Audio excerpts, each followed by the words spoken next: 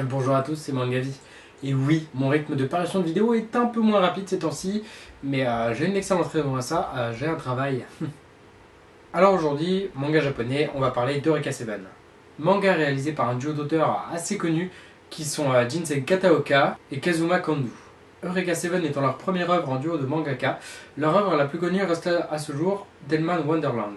Ils ont plus récemment sorti un nouveau titre, X Humans. Eureka Seven est pour moi l'un de mes mangas favoris.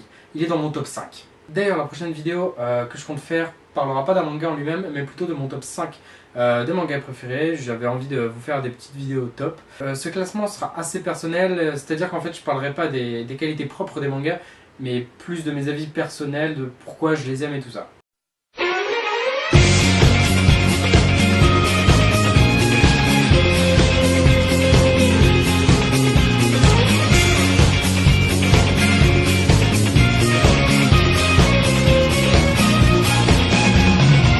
Alors tout d'abord, Eureka Seven est un shonen sorti en 2008 en France. Dedans on aborde un univers mecha, et sachant que l'univers mecha, c'est pas ce qu'il y a de plus facile à vendre en France. Renton Thorston, 14 ans, se fait chier dans sa petite ville. Après un cataclysme effroyable que l'on nomme Summer of Love, le monde a bien changé. Il rêve d'intégrer Gecko State, un équipage qui est à l'égal de l'armée. À son commandement se trouve Holland, et Renton l'admire énormément. Il existe un courant invisible dans les airs que l'on nomme le Trapar. Et il permet avec une planche créée exprès pour de surfer dans les airs. Et Renton, lui, essaye donc tant bien que mal de surfer dans les airs. Mais on peut dire qu'il n'y arrive pas vraiment, il est pas très doué. Il n'est pas très bon à l'école, et il se moque aussi éperdument de ce que lui dit son grand-père. Le père de Renton étant décédé après avoir sauvé le monde du Summer of Love, c'est donc son grand-père qui a la charge de Renton et qui sera donc chargé de son éducation. Son grand-père est un mécanicien qui répare donc forcément toutes sortes de machines. Un beau jour, suite à un effroyable combat de LFO, l'une des machines vint à s'écraser non loin de chez Renton. A son bord, Renton découvrira un pilote pour le moins inattendu. Il s'agira de Eureka, l'héroïne de la série, qui lui demandera donc de réparer le Nirvash. Le Nirvash est donc le LFO dans lequel elle était.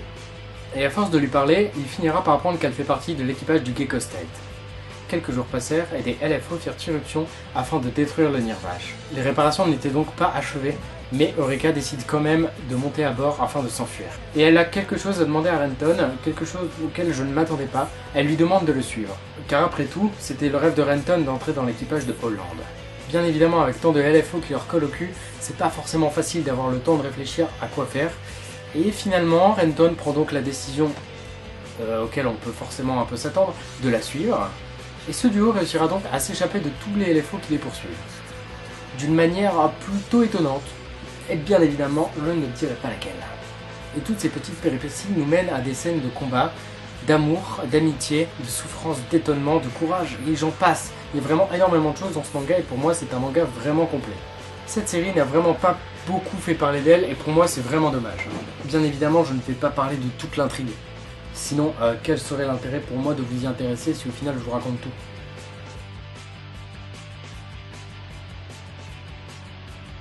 Vous l'aurez sans doute donc compris, Eureka Seven est donc pour moi un excellent manga.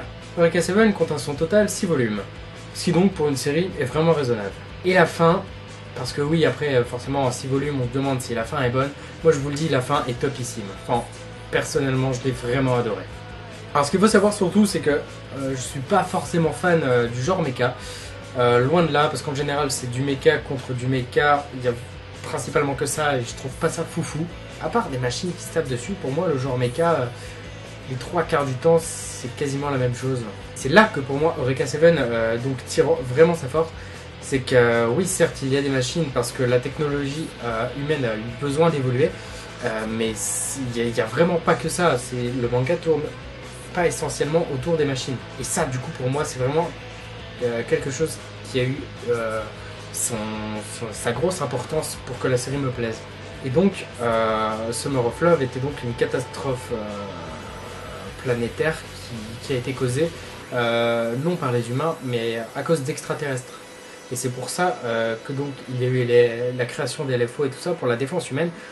Et donc c'est ça qui a été très intéressant. Et c'est que donc il y a une menace qui vient d'ailleurs, il y a donc des extraterrestres et ils ont un intérêt énorme pour la série, alors qu'en fin de compte on n'en voit pas tant que ça.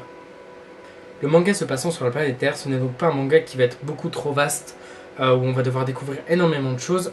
Tout ce qu'on a à savoir sur l'existence, l'écosystème ou les créatures, enfin tout ça qu'il y a sur la planète, on le sait très rapidement ou on le découvre petit à petit, mais c'est pas quelque chose de vraiment essentiel à la série.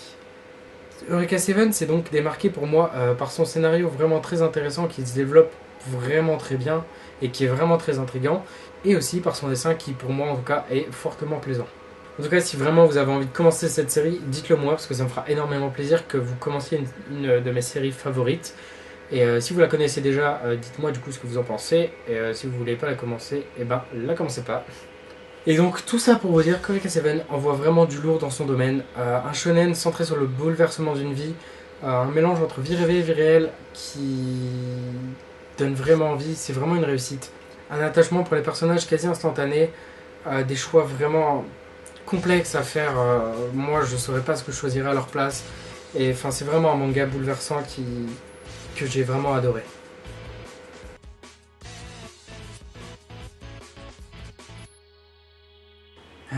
Je sais que vous l'attendez tous avec une extrême impatience.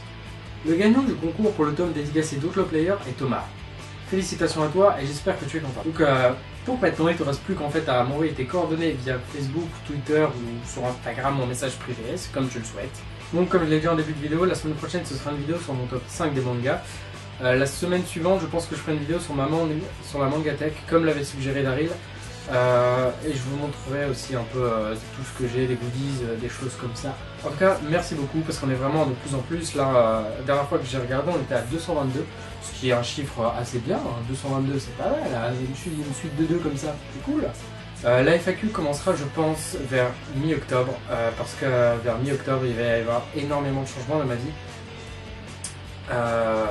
Donc, ce sera le moment où je pourrai faire le moins de vidéos.